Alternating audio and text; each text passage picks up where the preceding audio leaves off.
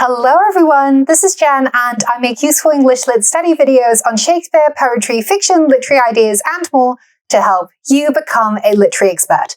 If that sounds like what you need, then make sure you hit the subscribe button below. So in this video today, we are looking at the character of Stanley Kowalski in Tennessee Williams' play A Streetcar Named Desire.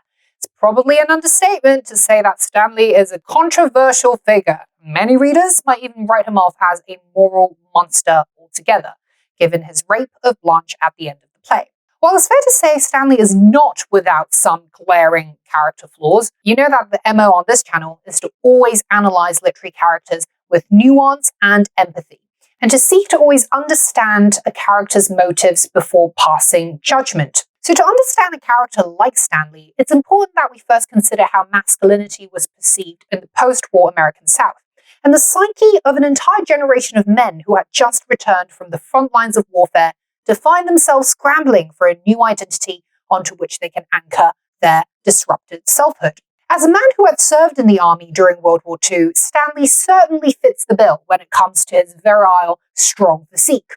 Marlon Brando in the classic 1951 film adaptation is a great representation of this, so just look him up if you want an idea of the archetypal post-war manhood figure. But beneath Stanley's outward masculinity, in fact, lies a deep insecurity, which stems first from the transitional historical times in which his character is set from men at war to men reintegrating into society, and second, from the socio-economic contrast that he's made to feel with Blanche's jarring presence as this aristocratic Southern belle. Like a lot of men who sought a new social identity after returning from war, they found themselves facing a changed world where women, many having entered the workforce during World War II, had started to level the gender playing field in the labour market, which would have threatened the already destabilized sense of self that many post-war men had felt deeply. As such, the impulse to overcompensate and prove their manhood was not uncommon among men, especially those in the working class who, without wealth or assets,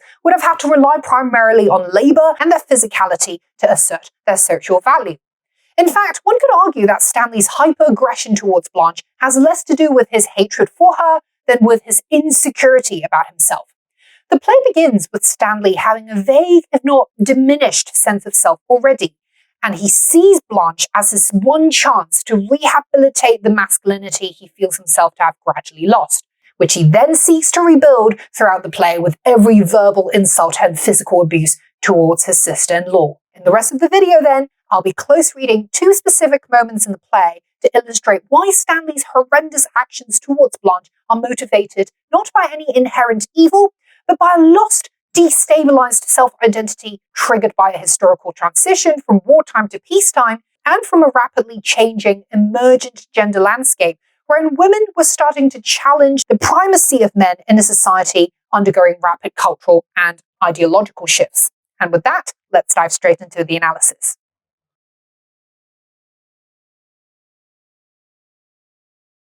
Now, a conventional reading of Stanley and Blanche's dynamics would be one which sees Stanley as the predator and Blanche as the victim. But early on in scene 2, it's already suggested that Stanley feels his sister-in-law to be the predatory invasive presence, and even one who poses a sort of existential threat to the Kowalski household. This is reflected in the diction of Stanley's commentary on Blanche's belongings when he kicks open her luggage trunk in the heat of an argument with his wife Stella, who also, of course, is Blanche's sister. Open your eyes to this stuff! You think she got them out of a teacher's pay? Hush! Look at these feathers and furs that she come here to preen herself in. What's this here? A solid gold dress, I believe. What is these here? Fox piece! He blows on them. Genuine fox fur piece, half a mile long! Where are your fox pieces, Stella? Bushy Snow White ones, no less. Where are your white fox pieces? Now, foxes, of course, are notorious for being a farm pest, often intruding to steal chickens from the poultry coops. The animal motif here strongly suggests that Blanche, like foxes, is also an unwelcome intruder who has elbowed her way into the Kowalski ranch, and thus, from Stanley's vantage as the head of house, is a pest that needs to be exterminated. There's a symbolic foreshadowing in Stanley's act of ransacking Blanche's wardrobe trunk, because later on in scene 9, he will physically ransack her body, enacting a tit-for-tat logic of intruding into Blanche's physical and sexual space in exchange for what Stanley perceives as her invading his domestic and emotional space. This motif of a hostile, intrusive presence is carried on as Stanley continues with his aggressive treatment of Blanche's garments, specifically with his metaphor of her trunk as the treasure chest of a pirate. He hurls the furs to the daybed. Then he jerks open a small drawer in the trunk and pulls up a fistful of costume jewelry. And what have we here? The treasure chest of a pirate. Oh, Stanley! Pearls! Ropes of them! What is this sister of yours? A deep-sea diver who brings up sunken treasures? Or is she the champion safecracker of all time? Bracelets of solid gold too! Where are your pearls and gold bracelets? Now, in addition to the pirate jibe, Stanley sarcastically characterizes Blanche as a champion safecracker of all time, implying the shady criminality that he suspects explains her material extravagance. This is dramatically ironic because we'll go on to find out that Blanche does indeed hide a seedy past of criminality, having been sexually involved with a minor at the school she taught in Laurel, Mississippi. But both the pirate and bank robber personas that Stanley frames Blanche with make a clear point about his wariness towards her. From his point of view, Blanche is someone who violates boundaries, transgresses into other people's territory, and is thus not someone to be trusted. Yet Stanley's animosity towards Blanche may be just as much motivated by a self-protective instinct as it is by an overactive self-consciousness about himself, which leads him to equate Blanche's violation of their home as a challenge to his identity. The root source of his dislike for Blanche is his deep sense of socioeconomic inferiority, which is somewhat ironic because nothing that Blanche owns in that trunk is actually valuable.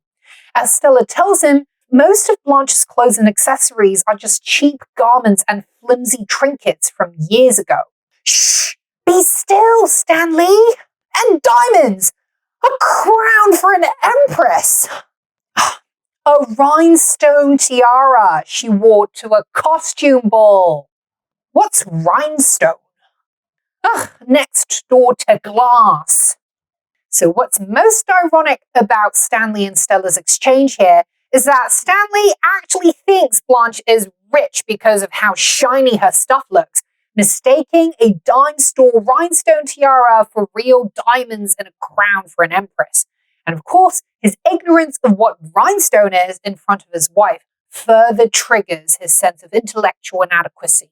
As a working class person who hasn't seen real wealth himself, Stanley is so duped by the semblance of glitz and glam, tacky and garish as they may be, that his immediate reaction to seeing Blanche's belongings is combative aggression, which stems no less from a subconscious of lack, rather than considering if his sister-in-law is, and now that especially she's lost the family's plantation estate, Belle Reve, really so much more socially or financially superior to himself. So we see then that in this very early moment of Stanley's assessment of Blanche, Williams establishes the doomed origins of their relationship, which is based just as much on mutual disdain as it is on mutual misunderstanding, founded upon a common insecurity about where they stand in the new, scrambled post-war socioeconomic landscape. Stanley misunderstands that Blanche, for all of her haughty airs and pompous insults towards him, is now no less than a shadow of her former Southern Belle self, and not someone who would materially threaten his position or power in the Kowalski household, or even the French courtier neighborhood at large. But of course, Stanley is blind to this because of his own inferiority complex, and it is this complex that primarily drives every action he makes towards Blanche thereafter in the play.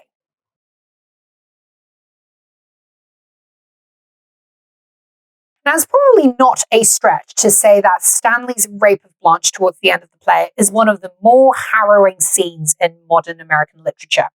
But what makes this moment odd, in addition to harrowing, though, is the cagey suggestiveness with which Williams portrays what's otherwise an extremely graphic event. The most common interpretation of the scene I've come across is usually heavily agendered with an indignant feminist bent, right? Stanley is wielding the most extreme, ghastly form of patriarchal dominance over Blanche, who, despite her flaws, is largely positioned as an unfortunate victim of sexual violence at the hands of a brutish man.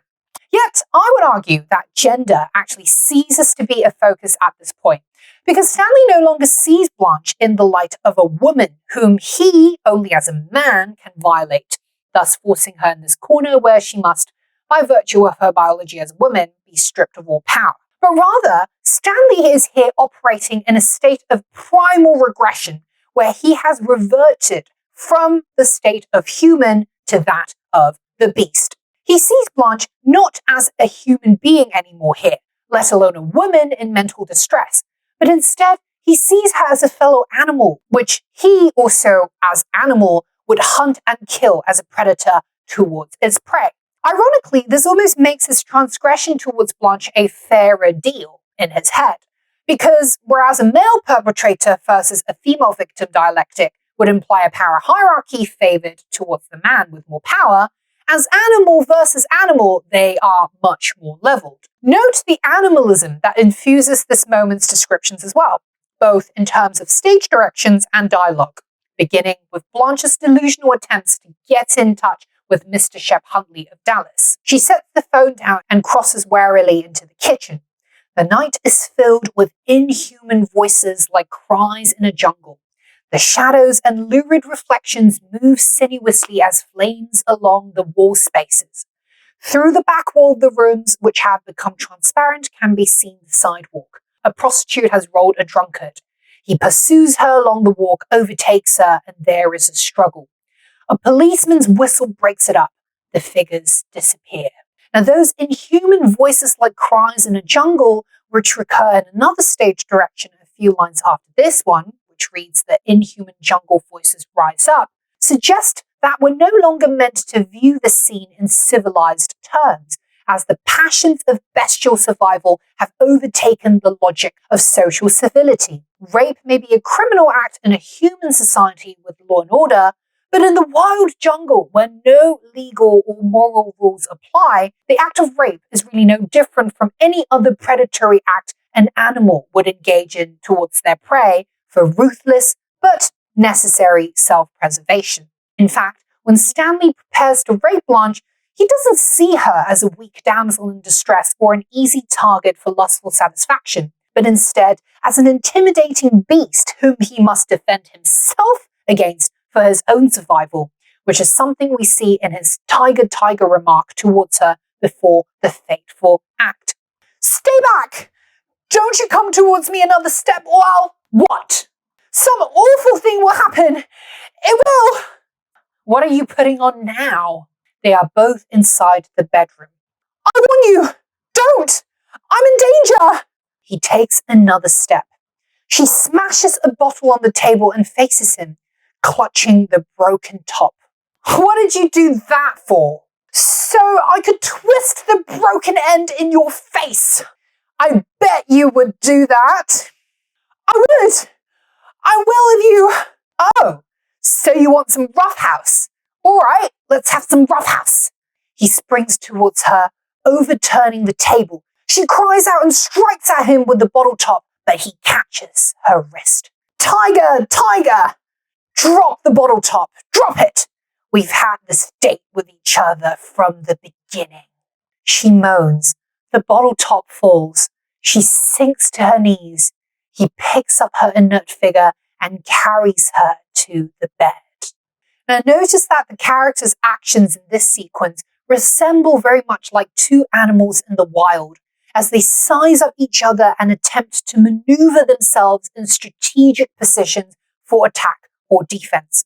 Stanley, like the predatory animal, advances towards Blanche with each step he takes, springing towards her in a way that's reminiscent of a pouncing lion, while Blanche, who is otherwise so eloquent with her words, finds her speech reduced to broken utterances at this point, her warnings and words so choppy as to be similar to the broken pieces of the bottle top she uses to threaten Stanley. But perhaps the irony here is that Stanley calls Blanche the tiger, implying that she, not him, is the predatory animal between them. From an existential standpoint, then, Stanley sees Blanche as possessing a threatening force that is much greater than the sort he poses with masculine physical strength, because Blanche's moral hypocrisy and naive idealism are counter to his worldview and value system, and they threaten to sway Stella, his wife, and Mitch, his friend, away from his sphere of influence. So regardless of his systemic abuse towards both Stella and Mitch, Stanley actually relies on them as his sole pillars of emotional and practical support, which is why he sees his struggle with Blanche as a life and death kind of matter for which he is determined to fight his corner till the end. So while rape itself is undeniably a morally abhorrent act that's not excusable by any means, it's worth considering whether Stanley even really sees his behavior in this moment as an act of deliberate sexual violence against a woman, motivated by lust, revenge, or a pathological need to assert his wounded manhood, or if he really sees his rape as being driven by a much more primal, reflexive, and existential fear of a man who sees Blanche as an alien creature who threatens to destabilize his already fragile manhood in a world order that's confusingly caught between old and new worlds. And there you go, everyone. That's my analysis of Stanley Kowalski in Streetcar, who is, as you can see, a deeply complex and conflicted character that we benefit more from understanding than condemning. Yes, his abusive actions towards Blanche and Stella are awful, but the more important question to ask as insightful literature students is what might motivate such behavior in the first place, and how his behavior helps us understand the bigger themes of the play and of our society at large. For your next video, I recommend that you watch my analysis on the poker game motif in this play, which contains even more analysis of Stanley as well as the idea of manhood and masculinity in Streetcar. As always, hit that thumbs up button below if you found this video helpful in any way for your studies, so that YouTube will spread it to more passionate lit learners like yourself all around the world, so that you can encourage me to keep making these useful videos for you. Finally, please subscribe if you haven't already and switch on that bell notification below so you don't miss out on any of my future weekly videos. You can also consider joining my membership program for exclusive video requests and essay review perks. And check that out by clicking the join button below this video. As always, thank you for watching, and I will see you in the next one.